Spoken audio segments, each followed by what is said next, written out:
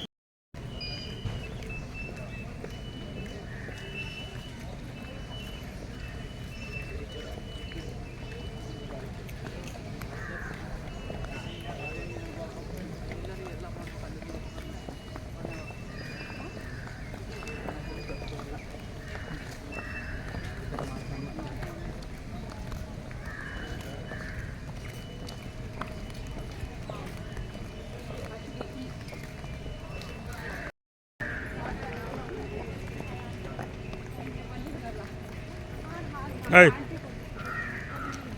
এদিকে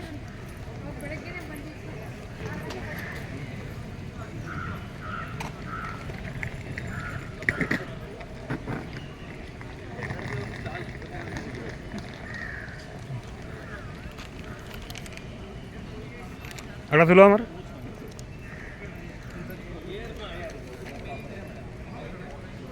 কিছু করতে আমার ধরে রাখবো ও ভিডিও করা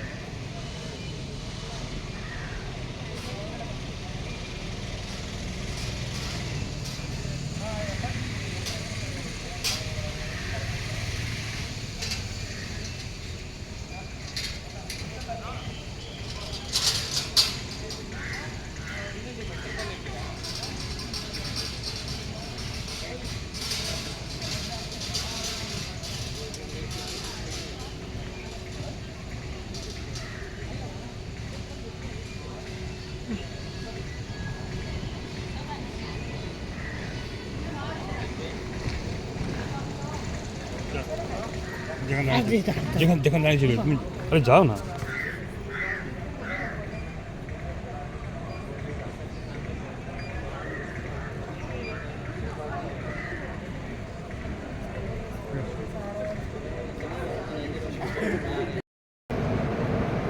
One thing I want to talk about is the word future, right?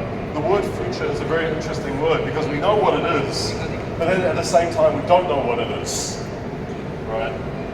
For me, if I don't watch the news or jump onto the internet and do a bit of searching, it's almost like the future's getting away from me, right? Even after 1 week, something's happened with some AI thing, right? That it makes me feel I'm outdated. And with advancements in technology, it impacts us in all different ways, whether, about how we learn, how we connect with others, how we think about the world and ourselves. So naturally, the future is quite complicated. Has anyone heard of the VUCA concept, right? Talking about volatility, uncertainty, complexity, chaos, and ambiguity. And, one phrase I like to start off this talk with is this one that's been floating around the education technology space recently. The only certain thing about the future is uncertainty, right? So this hits really, really hard. And you know why? I've been working with students for the last 17 years across the world. You know what one thing strikes the fear in students the most? New questions in the exams. Right? Students hope and pray, they really pray, before the exam that hopefully last year's question pops up, hopefully the years before question pops up. They spend all their effort trying to calm themselves by doing past paper exams, hoping that at least one of the questions in the past turns up, or that the questions this year are new. Hopefully they're not too uncertain, they're more or less the same. But all the different curricula in this world understand that in order to prepare our students for the future that is more uncertain, the questions need to evolve. The question is, if technology and the curriculum assessments are evolving, how are we evolving as educators, right, to help our learners equip themselves with updated skills? So what we've done in I Can Study, and I know this is quite pixelated, right? Feel free to check out our link on the bottom right-hand corner of the screen, is that over the last 10, 15 years, there's just been tremendous research in the learning science space and the cognitive psychology space.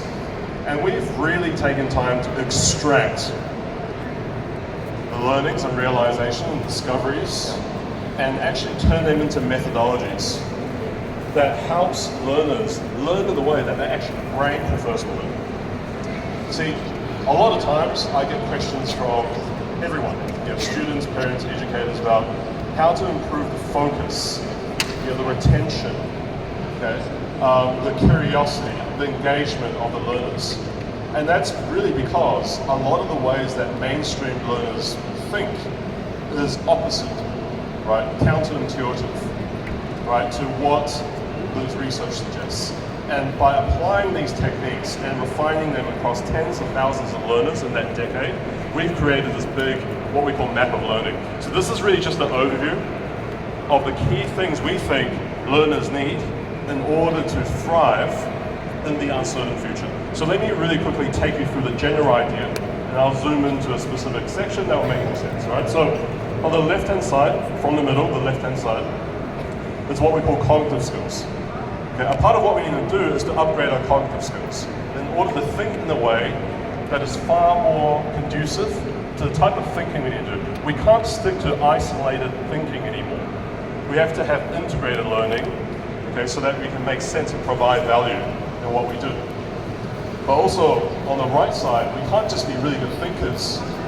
We need to be very good emotional regulators. We need to enable ourselves, right? See, I talk to a lot of educators in this conference, and some people are very, very fascinated with the cognitive side. Some people are very, very fascinated with the emotional regulation side. Growth mindset, motivation, self-regulation, prioritization, time management. But you know what? Because the world is so complex and so busy, you have to have both. So that's the part of the integrated system. But if we were to focus on the top, right, the very, very top,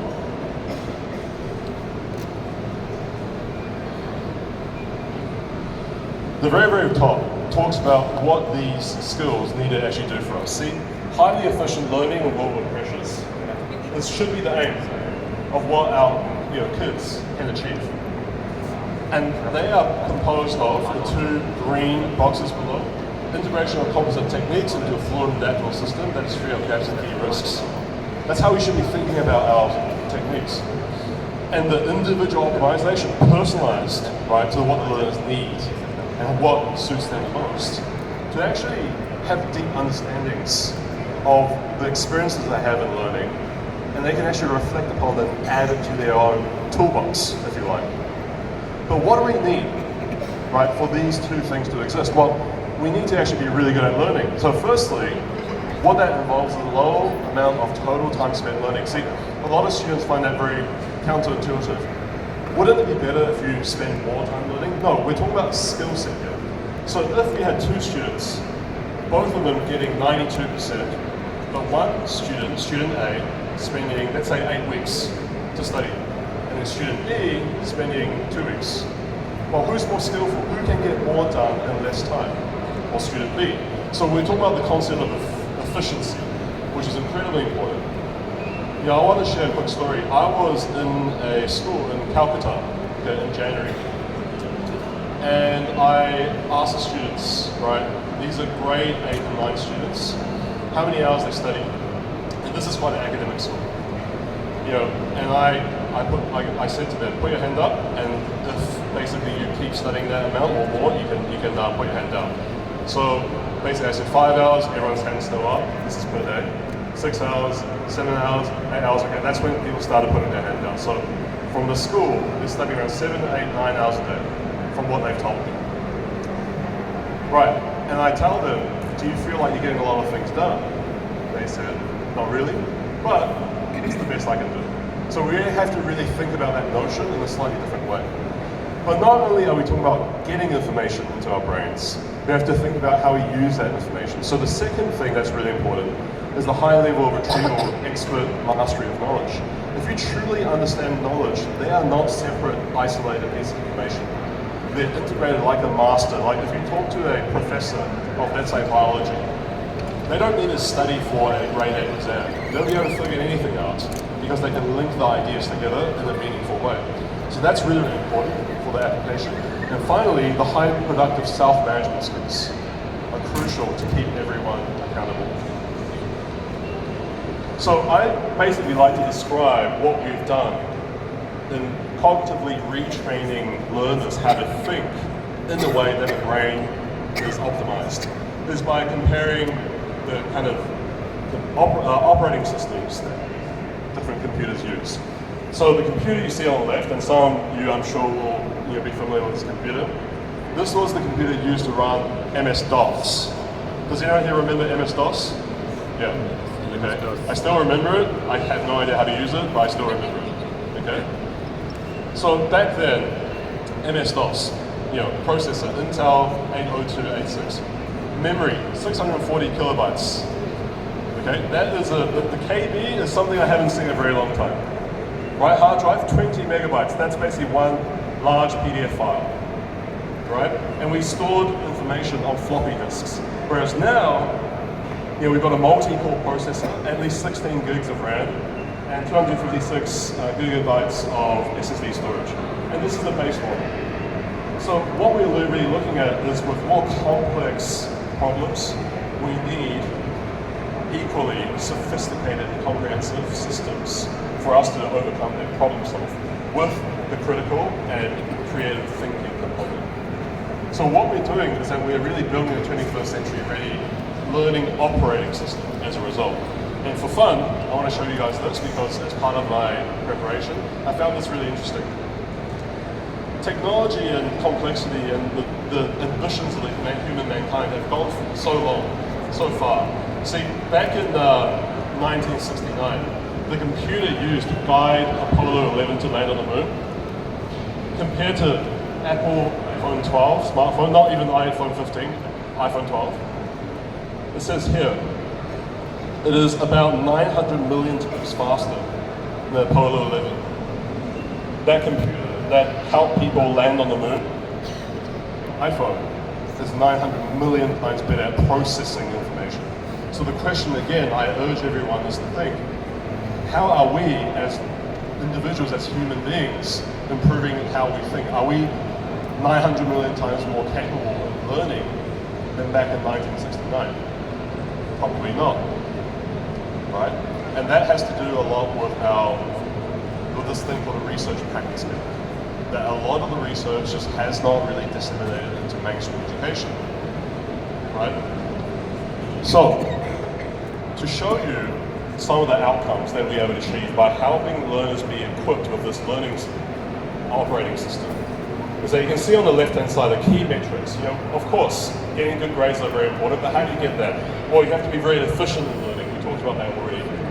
You have to beat procrastination, right? You have to be confident, in control. You have to actually have a lot of free time because sometimes you need more time, right? Not only to learn more, but to do other things in life with family and things like that. Retention, clearly very important. The more you retain, the less you need to review and the more time you save. But also, results that end up being the case. Look, at the very, very end, after even 1 month of training through our program, it's an online and offline program. 26%, I'm just really looking at the bottom figure, 26% after 1 month of our students achieving in 99 to 100% in all academic assessments. And this is global data. But at 5 months, it's 57%. So these numbers are drastic. And in terms of these improvements, they're quite unreal. And the reality is that learners are only spending around 20 minutes every second or third day, upgrading their operating.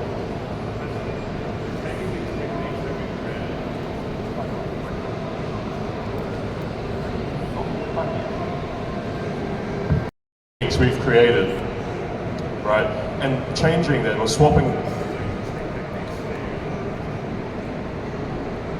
All right, can everyone hear me? A little bit louder, I think. Yeah. Okay. Fantastic. So these learners are taking the existing techniques and changing with the new ones. Okay. So if they're studying 3, 4, 5 hours a day, they're changing what they do in those 3 to 5 hours. And over time, they gradually improve. But the reality is this, is that these are the kind of impact that we have on learners. So on the top left-hand corner, you have Kirsten. She's from Oxford. She said the course is the reason I got a first-class degree from the University of Oxford. She was very, very sick with this illness called glandular fever. She had to take a whole year off just to recover. And for her, gaining these skills means that she was able to achieve what she only dreamt about. On the bottom left-hand corner, Diego from California. The methods taught in this course are out of this world efficient. Paramjit, I think he's preparing for his UPSC exam. He's in Delhi. I believe enrolling in this course was one of the best decisions of my life. And Janine from the US says, thank you for giving me back my future by making my goals attainable once more. So again, that hope with these new techniques is very, very, very real. All right, and this is a local example. Divish, I met him just a few days ago, okay? Before that, I already had dinner last time I came to India, spent quality time with his sister. So he was actually preparing for the UPSC exam as well. It seems like almost everyone I meet is preparing for the UPSC exam, by the way. All right? But he wanted to just gain a little bit of exam experience, so he sat the CLAT PG exam. And he wasn't too serious about it, but he used this newfound operating system to learn the information. And after, unbelievably, honestly, just 2 hours of study a day across 10 days, he was able to think about information in a completely new way that helped him achieve an all-India rank of 14. Okay, so these numbers are previously unheard of. So what I urge you to do, if you're interested, there is a QR code you can scan there to hear his story and his process. Right? But we're really changing the way that people think about what they're capable of, which is why we're here, why we're in India. All right, so we've helped unlock the potential of currently over 12,000 learners across 150 countries, and then India is where we want to be. And the photo above, it's in Bangalore. Okay? I think the hotel is called Hotel Bangalore Gate. We were there a few days ago running these workshops. And below is a workshop that we ran for public students in Mumbai. Right, so we're really, really putting ourselves out there to educate everyone what's possible.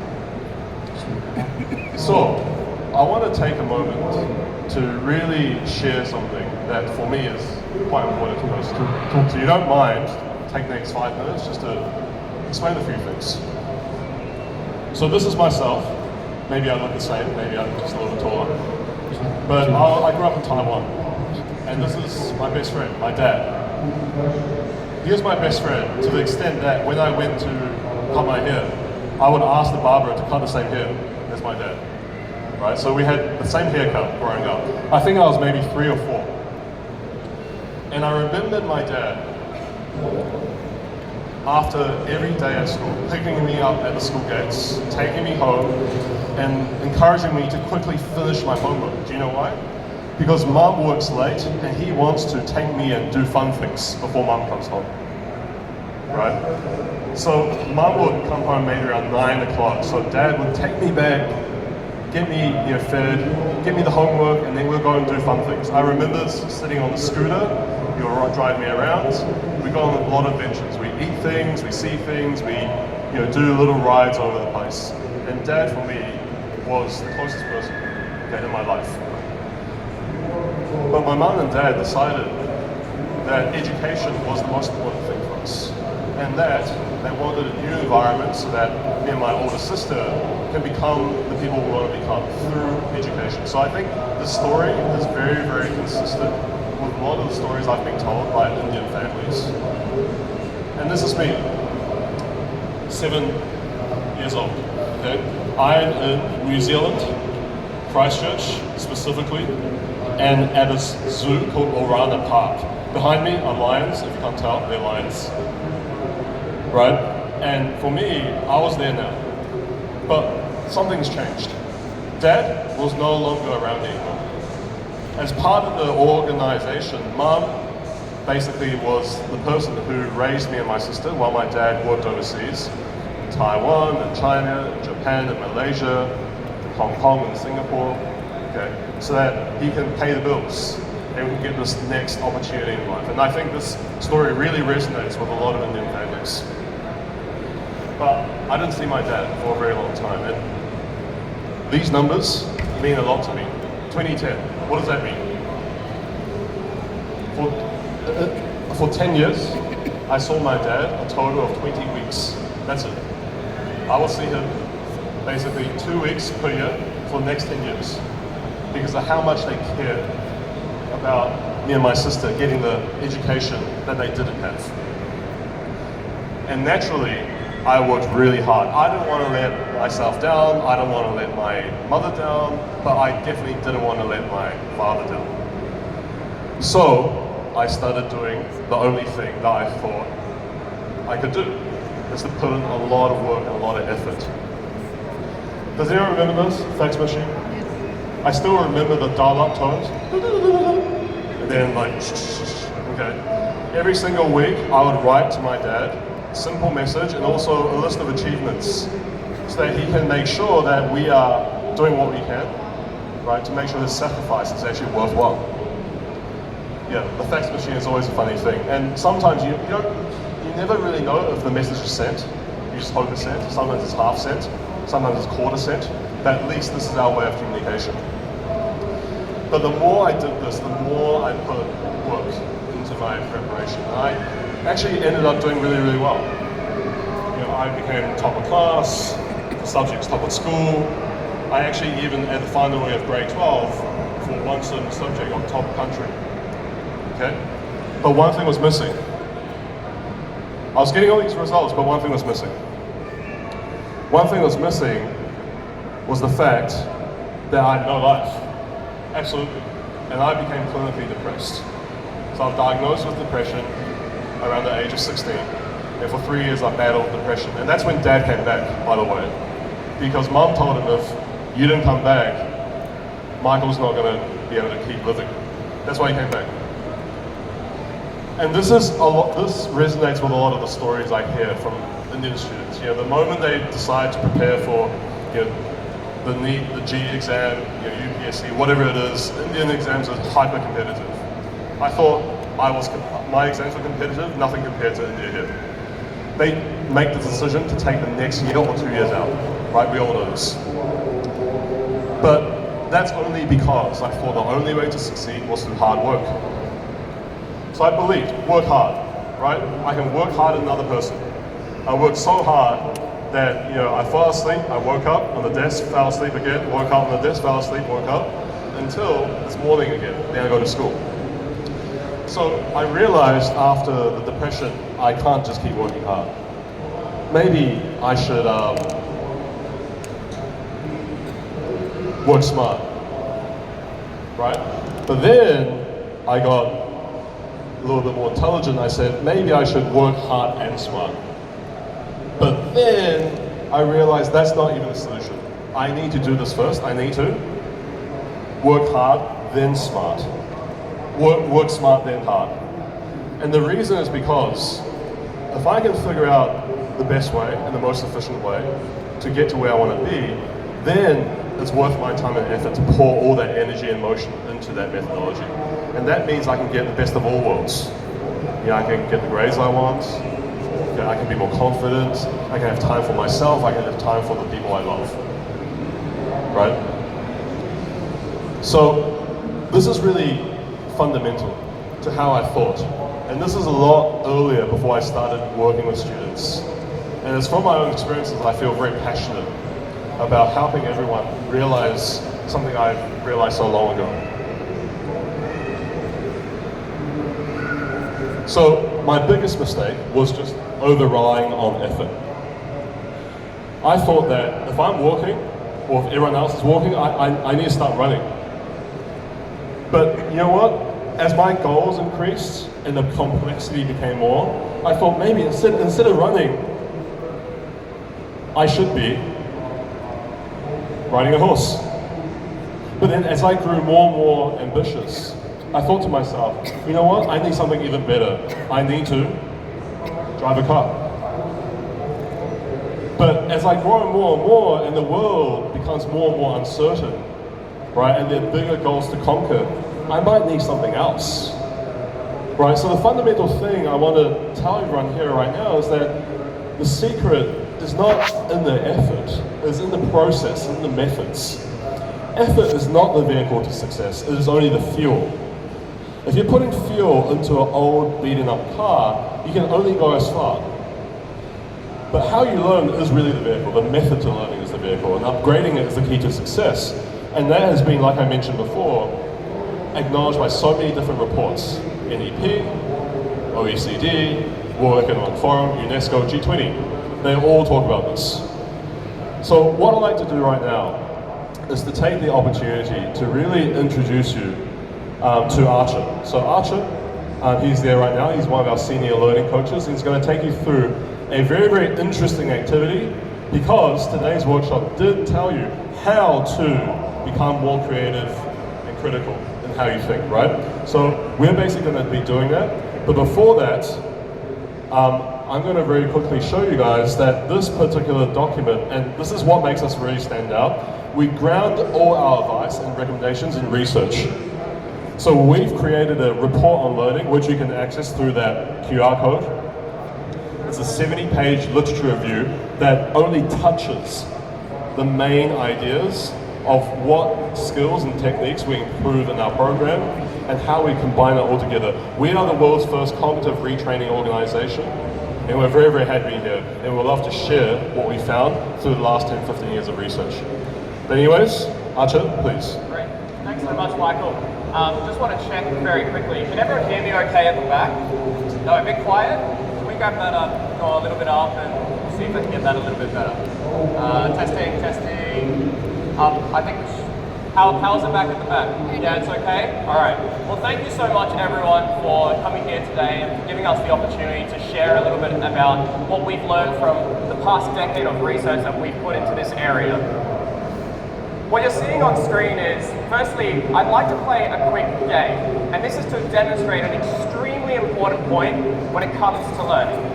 Has anyone played this game called 20 Questions before? Anyone played this game before? Some people? Okay, so here's how it's going to work. I am thinking of something in my head. It could be anything. It can be a movie, it can be an object, it's a noun, right? And it could be literally anything. And what everyone in this room is going to do is you're going to put your hand up and ask me a question. And you've only got 20 collectively as a group. But the trick is that the question that you can ask can only be a yes or no question. And by the end of the 20 questions, you want to hopefully guess what I'm thinking in my head. And again, very important reason behind this. So would anyone like to start it off? Ask me a question, a yes or no question. What would the question be? Yeah.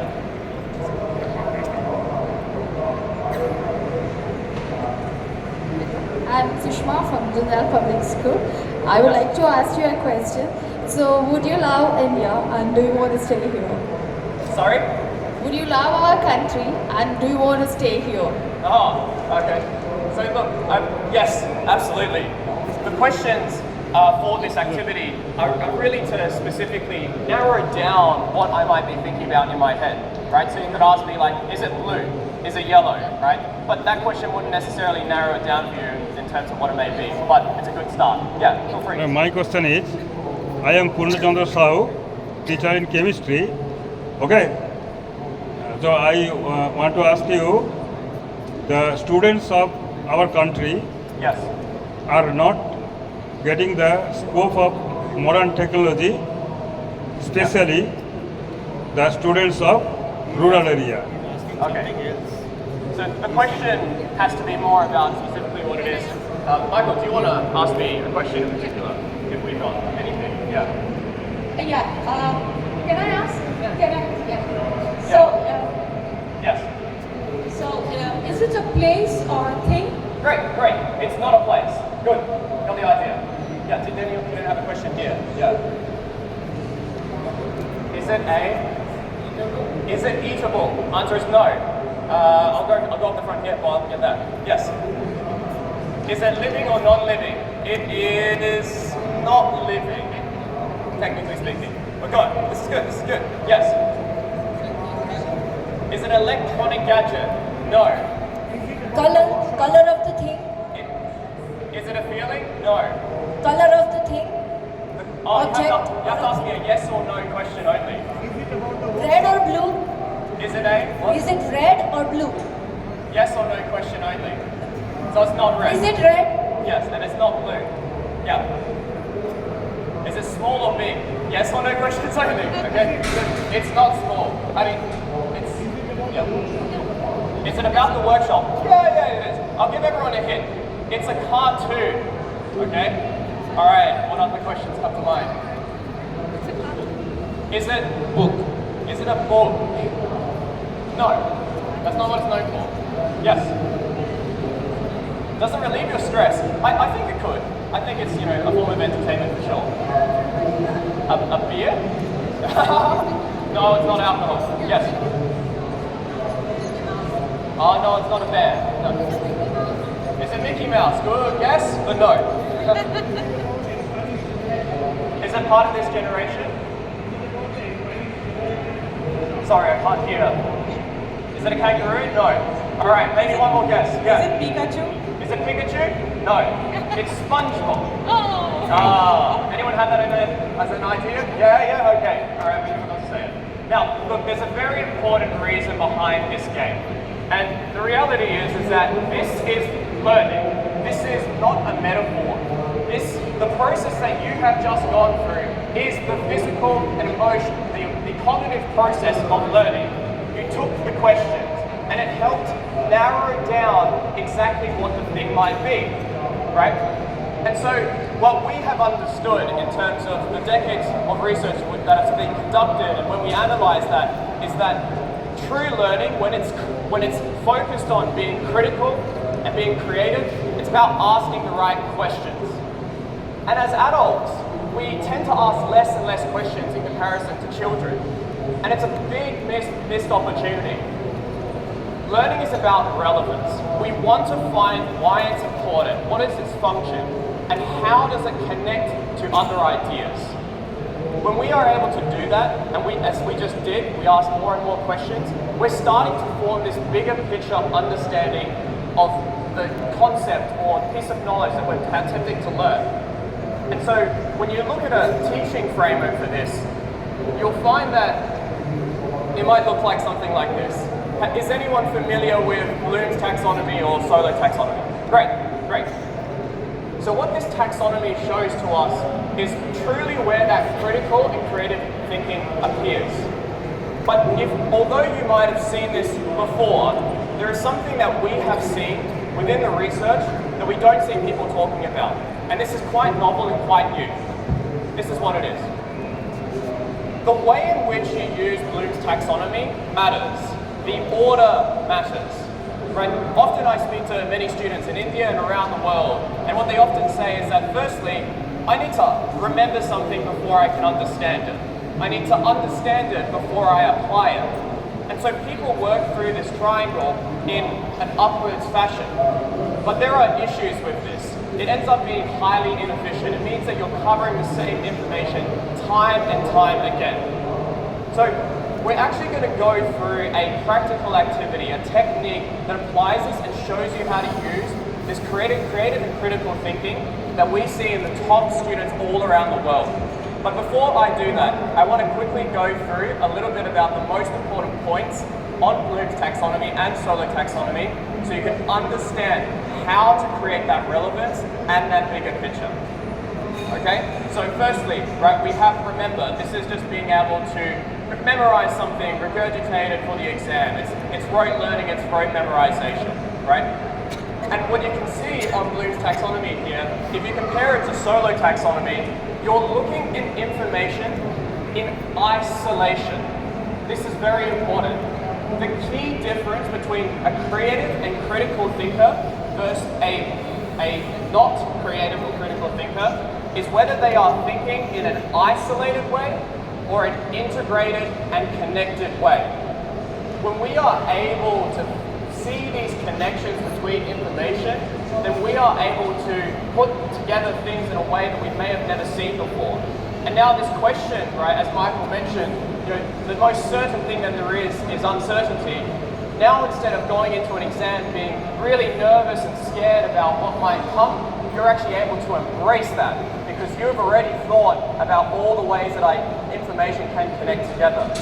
And so that is what creative and critical thinking is about, and that exists at the higher levels of Bloom's taxonomy in that box. Right, so we went through remember. This is just regurgitation, memorization. Next is understand. Who's heard of the idea that memorization is not real learning, understanding is? Who's heard of that before? Yeah, right? It's only level 2. Okay? There's much more above it. But the issue here again is isolated. Then we go into apply, analyze, evaluate, and especially create. Now we're looking at how information connects together. This is what we call higher order thinking skills. And when we can engage with higher order thinking skills, our brain sees how that information is connected, and now it finds it relevant. Our brain is very, very good at forgetting information.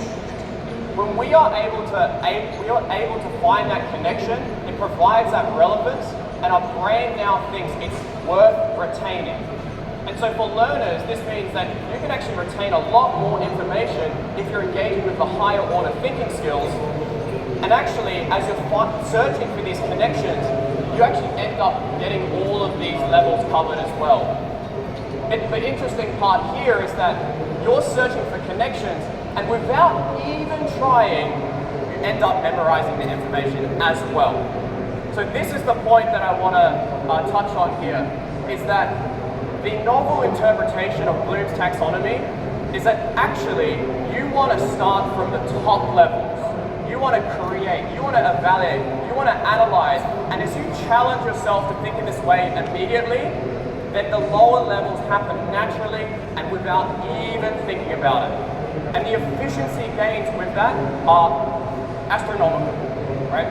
So we're about to give this a go, but just before we do that, I want to just show you how to work in this analyze, evaluate, and create level.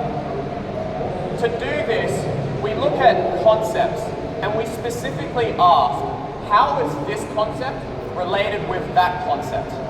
Often when we're learning, that's not the way that we're looking at it. We're like looking at it really intensely. We want to memorize it. We just put all our focus onto it, and then we move on to the next piece of information.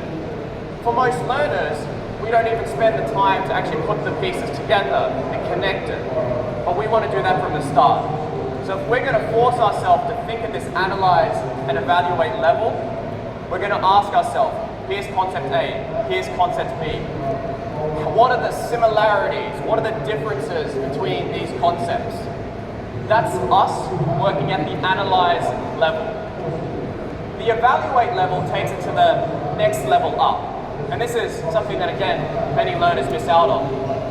As you connect concepts together, you're finding how they're similar, how they're different, how they group together, how they're not grouped together.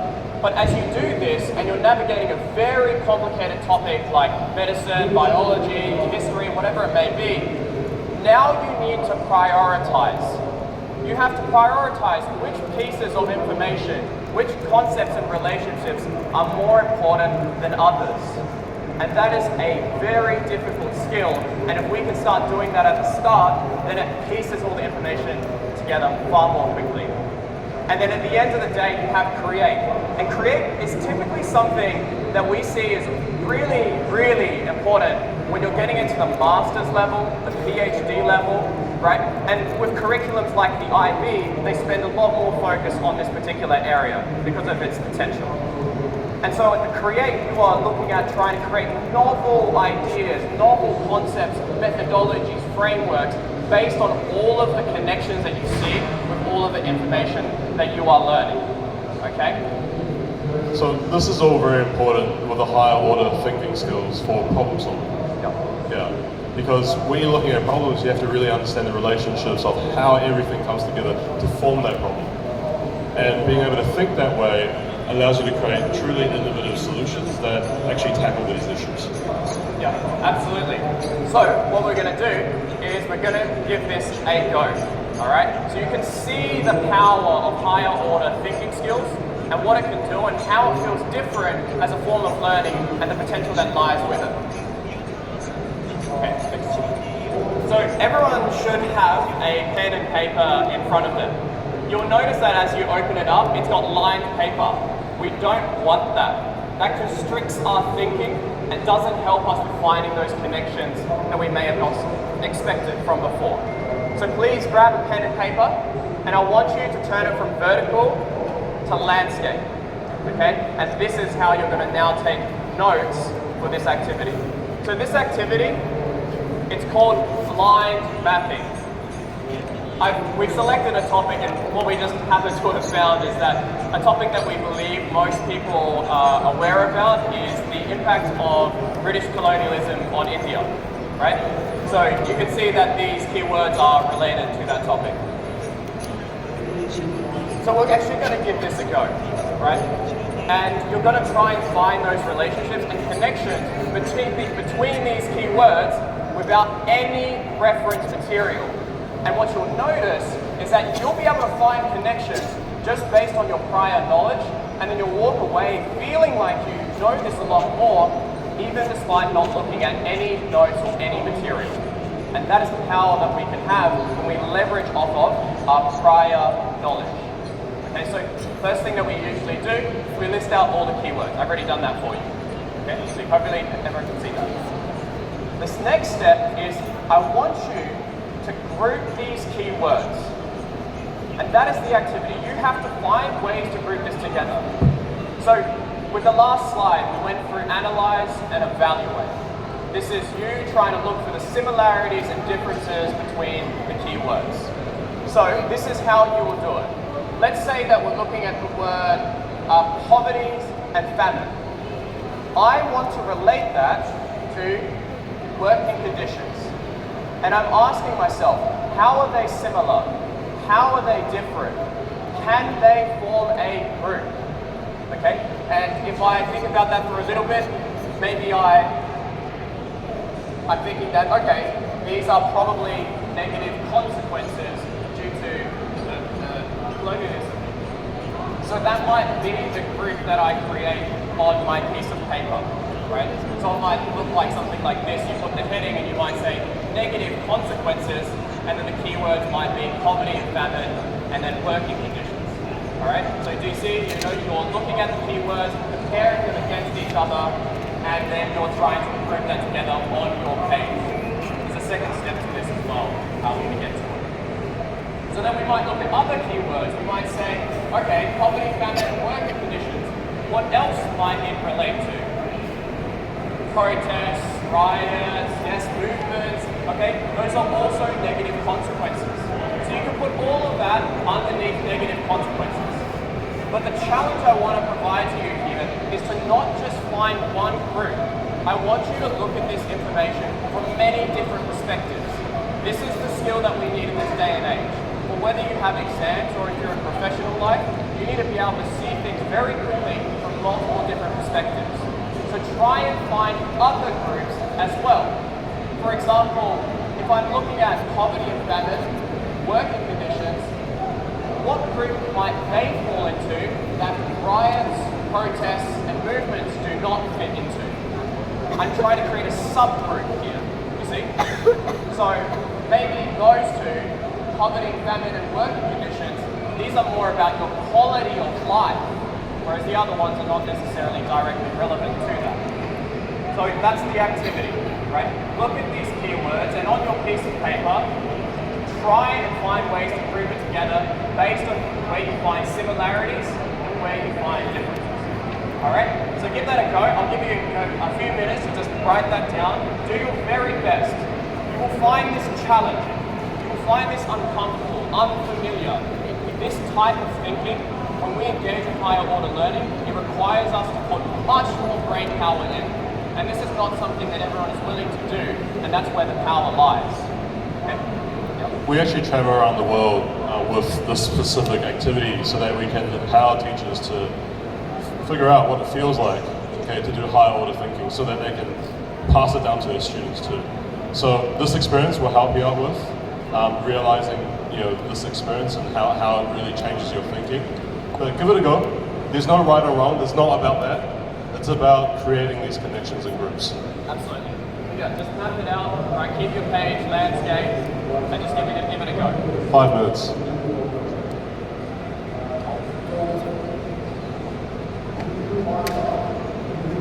have a question about the process, just put your hand up, I'll come around and I'll explain a little bit more about it. Really push yourself with this as well. Right, again, I know it's unfamiliar I have a and question. challenging. Hello, sir.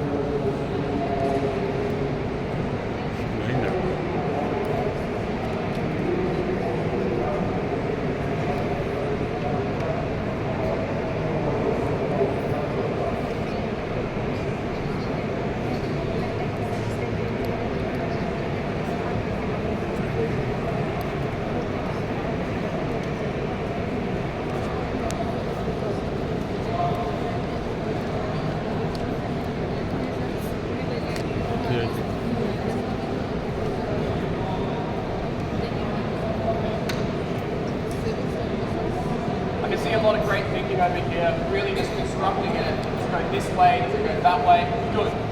You shouldn't know how to do this straight away, right? You really want to try and work with the information and just try new ideas, play around, have some fun. You might even do a grouping and be like, oh, that's pretty good. That's quite a normal feeling.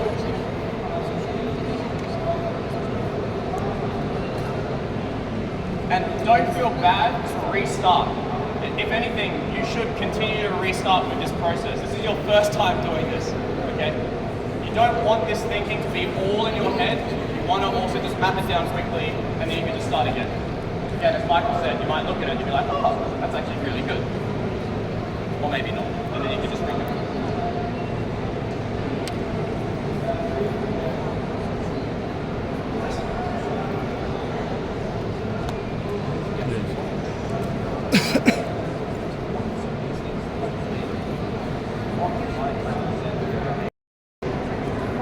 With this unique activity.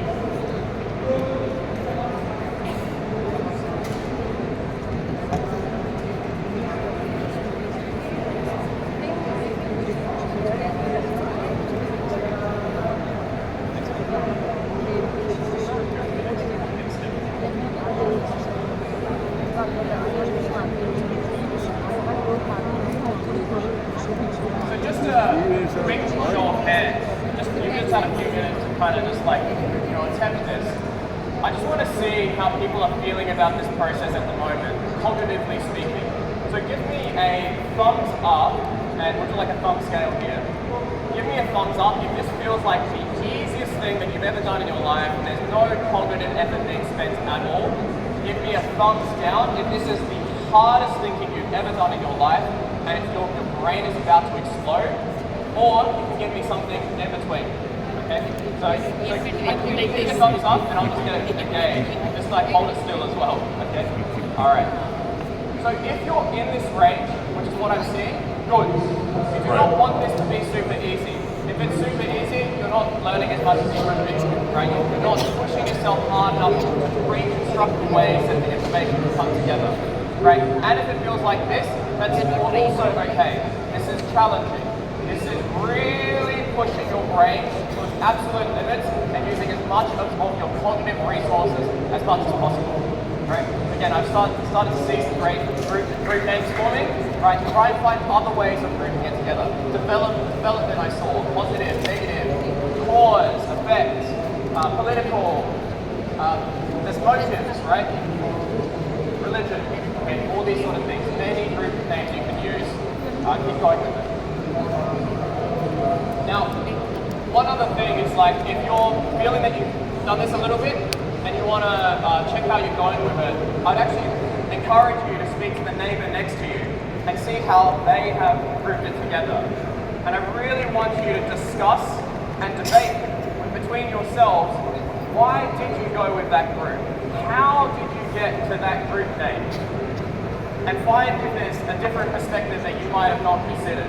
And this will really open up your way to see how much diversity and uniqueness there will be in how you can fit this all together, right?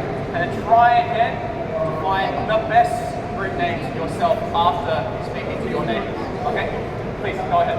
A part of the 6 C's is to collaborate and communicate. Yeah. So everything fits together very nicely now. So take a moment, just talk to your next door neighbor, maybe share what you've grouped, and we can see what we can get out of this quick conversation.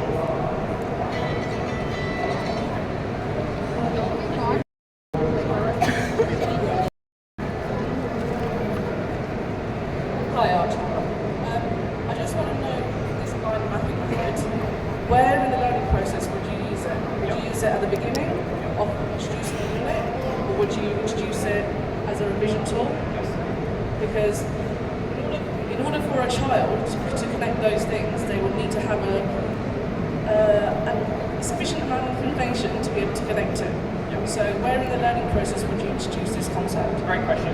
So you can apply this learning method at any stage of the learning process for this activity is because you're doing it without actually having read any of it. So we're doing this even before the learning process begins, just for this activity. So this is something that students can do before the class, right? Because by having these networks and connections, just by getting a list of keywords, could be from the textbook, they just go through a few pages and get the keywords out. They've already started creating a schema of thoughts, so that when the teaching occurs, they're able to rapidly integrate the information into the existing groups. So that helps with classroom engagement.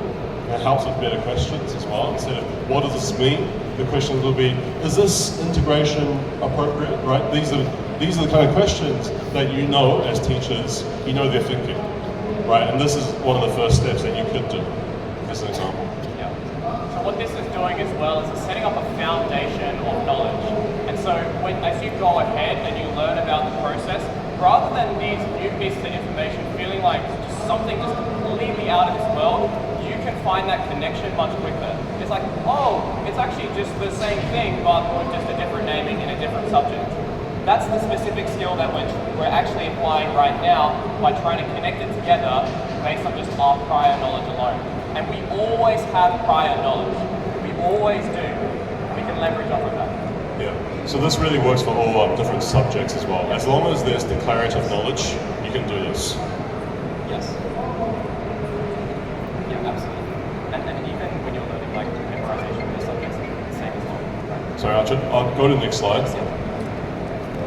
So this is what it might start to look like on your page, right? And again, as you're doing this, please just draw the line and look at it and see what you think. Don't do all of this thinking in your head. You want to experiment with putting these ideas together, right? Make it messy, have fun with it. That's what I always say to students.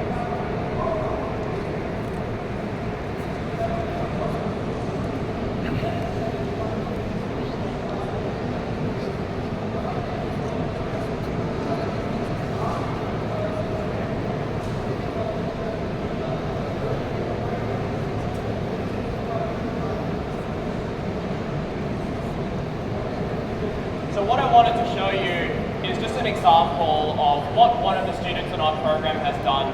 After a year of training these skills, she's actually taking the UPSC, and I remember working with her. At first she was very confused. It always felt like information was running away from her. It was always isolated. She didn't know why she was learning trigonometry or why math is important. I'm sure we can all relate with that. But as she developed this thinking, she was then able to see those connections. And this isn't a very advanced version of a technique that we teach. I do not expect anyone to have anything close to this. But you can see that she's gone through these levels of Bloom's taxonomy, this creative, this critical thinking. She's broken down these keywords to really just the fact that there's been this change and it's led to a resistance. See that explicit decision that has been made here. And again, she has done this without studying the material. She's broken it down into those positive, those negative consequences, grouped it together as just these two things being part of poverty. And again, lots of relational thinking going on here and finding that relevance and starting to form it to be a little bit of a bigger picture. So as you go through this process, I want you to now just look at your page, right? You've found some connections, some ideas. If you were to now shut your book and speak to someone about these keywords, you will probably find that most of those list of keywords are now memorized. And you did not even think about trying to memorize it. It's incredible what can happen when we engage in this higher order learning. And that is why what we say is that when we look at learners, ranked toppers around the world, myself included, I haven't shared yet, but I scored the top national score in Australia tied. #1 ranked topper for Australia in 2019. And so with these skills, this is necessary to answer the most complicated question in exams. They are always multi-relational, they are always connected. And you cannot achieve that level without create, evaluate, analyze thinking. It is present between it. So what we just shared with you is something that the top 0.00001% of learners all possess. Whether they know it or not, they are doing this type of thinking. But what I have just shown to you is a tool that almost shortcuts this process. It allows you to tap into that same type of cognitive thinking.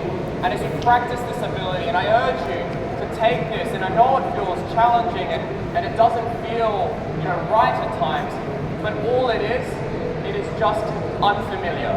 And we see all the time, as Michael's gone through, our learners, they take this to the nth degree, and then they are studying far, far more in less time. Good, so just to wrap this up, a few comparisons.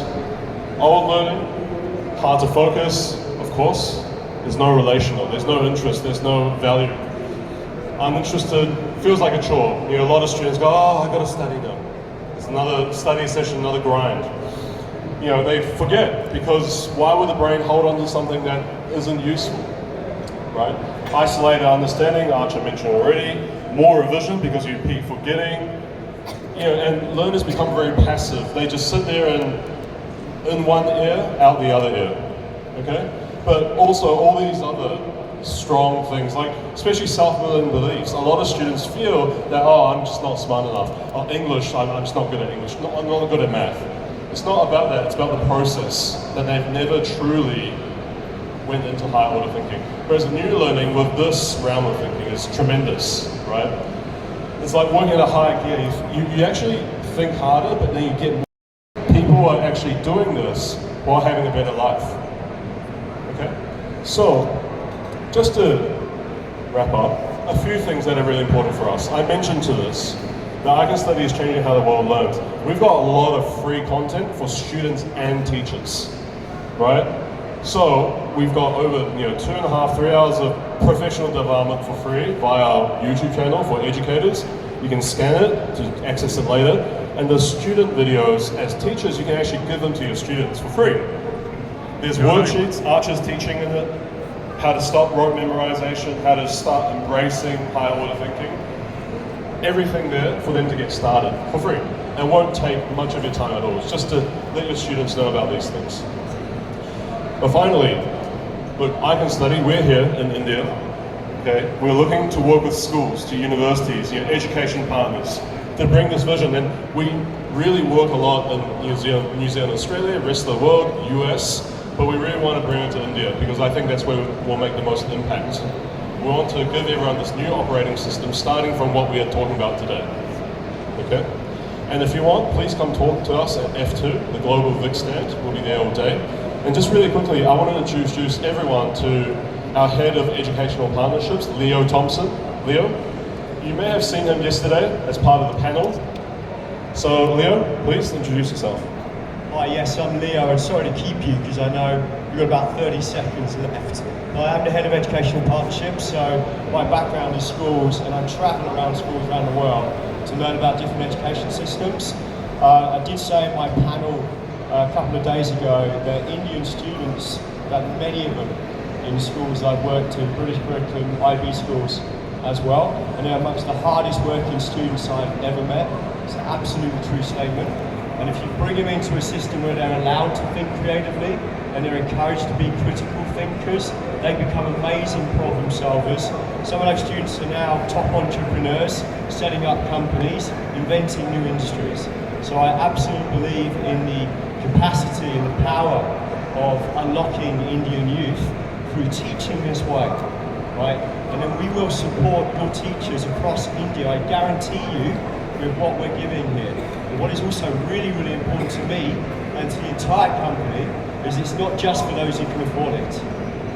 So what we are going to do for you is we're going to give a lot of resources away for all Indian people, so you can include your access to your villages as well, if you can find ways through technology, right? So we will support your entire system. So our goals, your NEP goals, we're going to support that for you. So I'm so grateful you came today. I'm going to be around. I'm going to go to another panel back over in the other building now. But thank you so much, and thank you for sharing your input, for being really caring people and really caring educators. Educators are the most noble profession other than medicine. Okay, so thank you. Thank you.